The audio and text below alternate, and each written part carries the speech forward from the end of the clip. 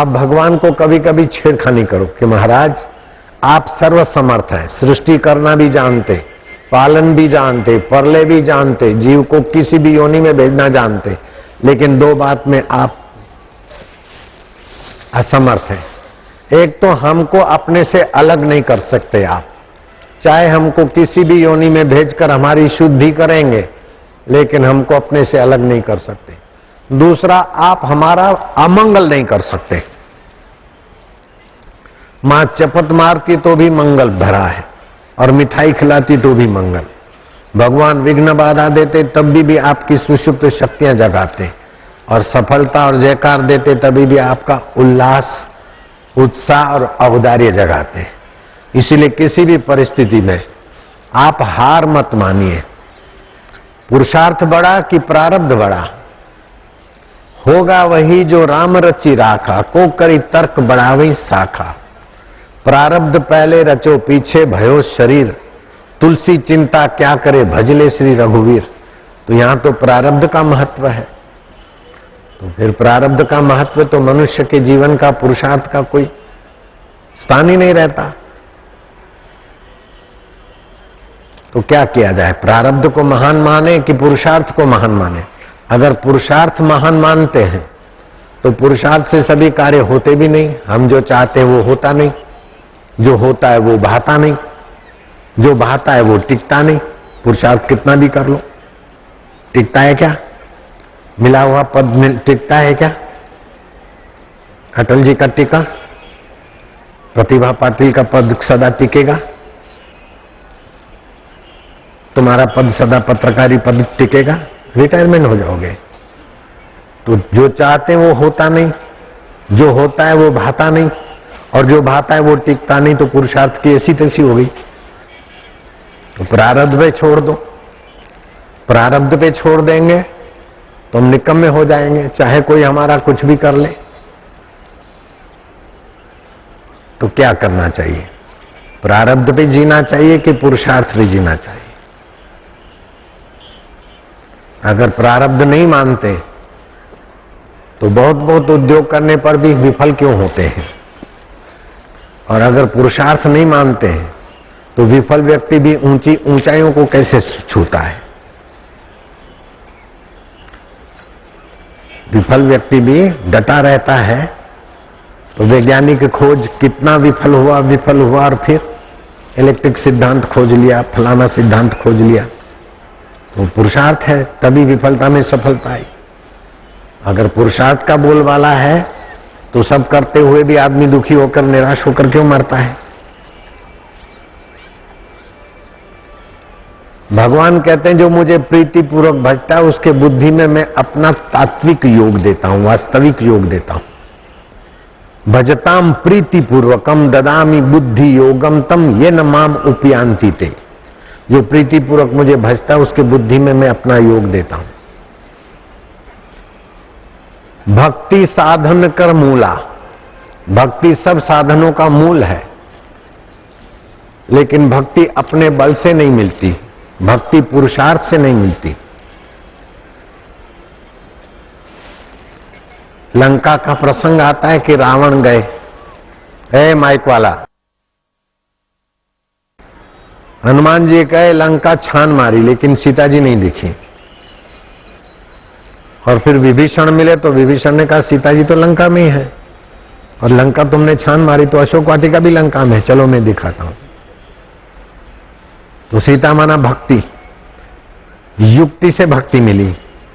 हनुमान को पुरुषार्थ से भक्ति रूपी सीता जी का दर्शन नहीं हुआ, लेकिन विभीषण की युक्ति से सीता जी का आदर्शन भी नहीं रहा। तो पुरुषार्थ से भक्ति नहीं मिली तो पुरुषार्थ का बल होना पड़ जाता है, और पुरुषार्थहीन को कुछ मिल जाए ये भी संभव नहीं। तो आखिर कौन सा सिद्धांत है?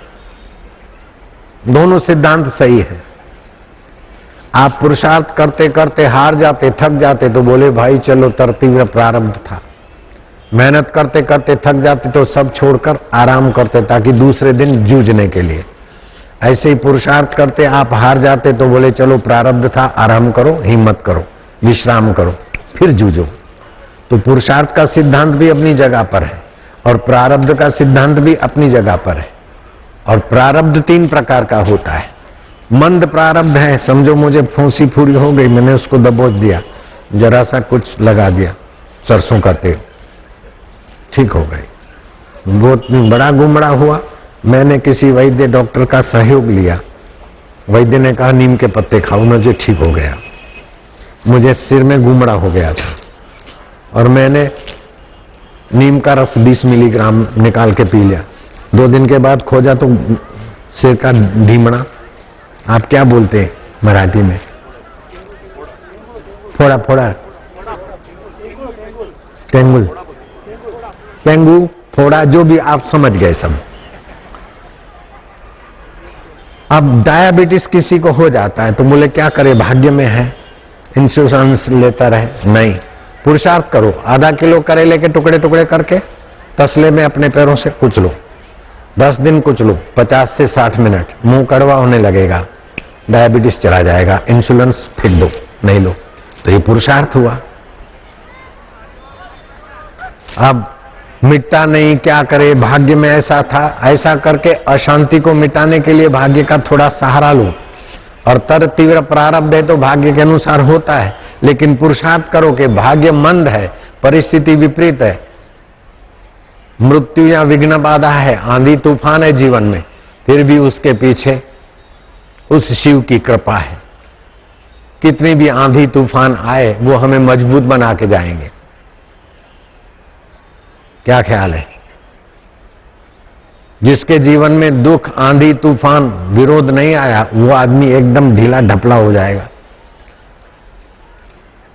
जन्मते ही, जन्म लेने के नाम से माँ बाप को जेल में जाना पड़ा, ऐसा जीवन श्री कृष्ण का। जन्मते ही पराये घर ले जाना पड़ा, छठी नहीं हुई और पूतना का जहर पीना पड़ा, 1 महीना नहीं हुआ और छटकासुर और धेनकासुर और राक्षस और सताने वाले लोग आए। 17 साल तक नी हत्थे होकर इन असुरों से, राक्षसों से, राजसत्ता से जूझते रहे। तो श्री कृष्ण को बंसीधर और माखन चोर अथवा गीता का कृष्ण ही देखो, ऐसी बात नहीं। श्री कृष्ण के और जीवन के पहलुओं को देखो। लड़ाई कर दी, चढ़ाई कर दी और श्री कृष्ण को मथुरा छोड़कर नंगे पैर, खाली हाथ, नंगे सिर, एक पीतांबर ओढ़कर भागते भागते भागते भागते जूनागढ़ के गिरनार में जाना पड़ा। बीच में साधु संतों के यहां भिक्षा मांग कर रहे, खा लेते, और फिर द्वारका बस आई। यहां तक कि ससुरा के यहां चोरी हो गई तो स्वांतिक मणि चुराने का कलंक श्री कृष्ण के माथे पर फूटा। और अपना भाई बलराम भी संदेह करता था कि तुम ही ने लिया होगा। कृष्ण बोले हाय भगवान, मेरा भाई को मैं समझाता हूं, मेरा भाई भी मेरे पर अविश्वास करता है। बेटे ऐसे कि श्री कृष्ण तो साधु संत आवे तो उठ खड़े हुए, उनकी पत्तले उठाए, उनके चरण धोए, और बेटे साधु संतों की मजाक करें। और सभी पत्नियों को संतान न हो, जिसको हो उसका तो जय जयकार है, और जिसको संतान नहीं उसको महीने मिले। श्री कृष्ण का जीवन देखो तो कैसा विचित्र प्रारब्ध और विघ्न बाधाओं में जूझ रहा है। लेकिन श्री कृष्ण का पुरुषार्थ यह है कि आत्मा में स्थिति होकर बंसी बज रही है। मुस्कुरा के गम का जहर जिनको पीना आ गया, मुस्कुरा के गम का जहर जिनको पीना आ गया, ये पुरुषार्थ है। मुस्कुरा के गम का जहर जिनको पीना आ गया, ये हकीकत है कि जहां में उनको जीना आ गया। तुम बोलो सब लोग, मुस्कुरा के गम का जहर जिनको पीना आ गया, यह हकीकत है कि जहां में उनको जीना आ गया। राज्य अभिष नई ताली में, ताली नेता के लिए रखो, मेरे को ताली की जरूरत नहीं है। तू तेरा उर आंगन दे दे, मैं अमृत की वर्षा कर दूं, तू तेरा अहम दे दे, मैं परमात्मा का रस भर दूं। हरि ओम हरि ओम हरि ओम हरि ओम हरि ओम हरि ओम हरि ओम ओम ओम ओम ओम ओम ओम प्रभु जी ओम ओम, प्यारे जी ओम ओम, मेरे जी ओम ओम, ओम ओम ओम ओम ओम ओम ओम ओम ओम ओम ओम ओम आनंद देवा, पौरुष देवा, माधुर्य देवा, मांगल्य देवा। हरि ओम ओम ओम ओम ओम ओम प्रभु जी ओम ओम, प्यारे जी ओम ओम, पांडुरंगा विठ्ठल मावली। हरि ओम ओम ओम ओम ओम ओम ओम ओम ओम ओम ओम। जो खड़े होते हैं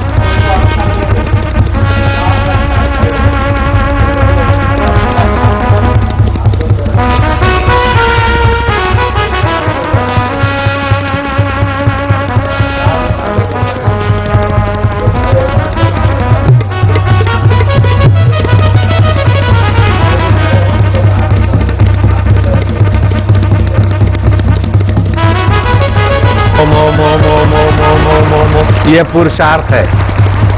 प्रारब्ध के अंक को मिटाने की ताकत पुरुषार्थ में है। प्रारब्ध के दुख को मिटाने की ताकत पुरुषार्थ में है और पुरुषार्थ को के अहम से बचाने की ताकत प्रारब्ध को है। मैंने पुरुषार्थ किया, मैंने पाया, नहीं, इसमें ईश्वर का सहयोग है। पूर्व की प्रारब्ध है, अभी का उचित पुरुषार्थ है। तो प्रारब्ध भी मानना पड़ता है, पुरुषार्थ भी मानना पड़ता है और उचित साधन का सहयोग भी लेना पड़ता है। सतशास्त्र और संतों के प्रेरणा से जो पुरुषार्थ करता है वो प्रारब्ध की रेख को मेख मार देता है। हे राम जी, पुरुषार्थ तो ऐसा करो कि सतशास्त्र और संत के सम्मत पुरुषार्थ।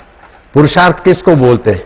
अज्ञानी निगुरे लोग किसी को कपट से, छल से, दल से, दावे से नोच नोच के धन के ढेर पे बैठ के बोले बड़ा पुरुषार्थ है, बड़ा उद्योगपति है। हजारों गरीब माइयों के चक्की चलाने की रोजी और स्वास्थ्यप्रद आटा छीनकर मिल का मालिक हो गया, फ्लोर मिल का मालिक। ये पुरुषार्थ है।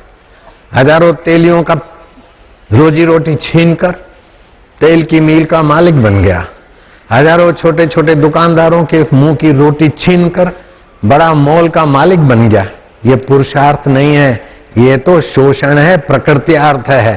पुरुषार्थ तो यह है कि सबके दिल में दिलबर है, सबकी उन्नति, सबका मंगल और सबके मंगल में अपना परम मंगल जगाना, ये पुरुषार्थ है। बाकी सब प्रकृति अर्थ है। लोगों को पटा पुटा के वोट वोट लेके नोच नोच के देश परदेश में पैसे रख दिए, बड़ा पुरुषार्थी नेता है। 50 मिलियन तो स्विस बैंक में है, 25 मिलियन फलानी जगह पर है, 5 मिलियन का ये मकान है इसका। स्विट्जरलैंड में मैंने देखा था मकान। ये पुरुषार्थ मानते मूर्ख लोग। वास्तव में ये प्रकृति अर्थ है। प्रकृति की चीजों को इकट्ठा करके बड़ा बनना, ये प्रकृति अर्थ है। और ऐसा प्रकृति अर्थ का तो रावण जैसा सोने की लंका कोई नेता बना नहीं सकता। मैं चैलेंज करता हूं। रावण ने कैसा प्रकृति अर्थ किया था और दुनिया के सारे विज्ञानी रावण के तथाकथित पुरुषार्थ के आगे बबलू हो जाते हैं। रावण का ऐसा पुरुषार्थ था कि समुद्र को खाराश रहित बनाना, आज का विज्ञानी सोच भी नहीं सकता। रावण के पास वो प्लानिंग था। अग्नि को धुआं बिना की बनाने का रावण के पास प्लानिंग था। मरते समय रावण ने कहा मेरे पास ये था, लेकिन अच्छा काम करने में बाद में करूंगा और मजा लूंगा अभी। ये हो गया मेरी गलती। यहां मेरे को पुरुषार्थ करना चाहिए था, अच्छे काम को लग जाना चाहिए था। अच्छा काम रख दिया कि जो होगा भाग्य में, और बुरा काम करने में मैंने पुरुषार्थ किया। ये पुरुषार्थ मेरे को फंसाने वाला हुआ। तो पुरुषार्थ भी हो, लेकिन संत और शास्त्र सम्मत पुरुषार्थ। अभी तो सारे दुनिया के लोग पुरुषार्थ कर रहे हैं और पहले से ज्यादा अशांति है, पहले से ज्यादा झगड़ा है, पहले से ज्यादा असुरक्षा है, पहले से ज्यादा बीमारी है। क्या झक मारा पुरुषार्थ करके?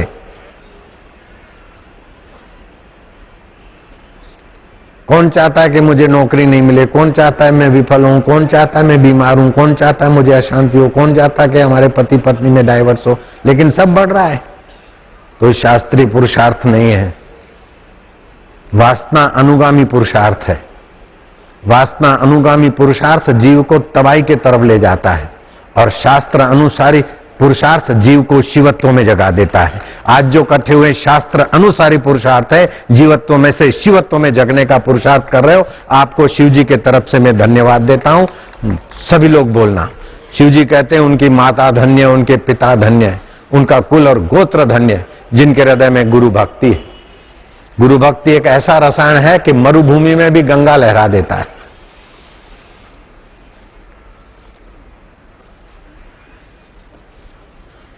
पतझड़ में भी बसंत ले आता है, आंधी तूफान में भी ऐसे सुंदर सुहावनी ऑक्सीजन को प्रकट कर देता है, हारे को हिम्मत देता है और सफल को अहंकार शून्य बनाता है। मेरी सफलता देखो, क्या लाखों लाखों आदमी है, तुमको लगता है कि मेरे में अहंकार आ गया? अहंकार आता तो 4 दिन में थक जाता। एक महात्मा को पूछा कि बाबा आपकी इतनी सफलता, इतनी यश, आपके जीवन का सार क्या? बाबा बड़ी उम्र के हो गए थे, दांत मांत निकल गए थे। बोले देख लो, मुंह खोला, बोले जीभ पहले भी थी और अभी भी है, मुलायम है, और दांत अकड़ू है, अहंकारी, बाद में आए और पहले चले गए। तो जो अपना पुरुषार्थ का बल रखता है वो थक जाता है, टूट जाता है, लेकिन पुरुषार्थ करते हुए भगवत सत्ता के साथ जुड़ जाता है, उसका पुरुषार्थ और प्रारब्ध दोनों पंख से उसका जीवन यूं उड़ान भरता है। बड़ा है ना, चंगा लगते ना।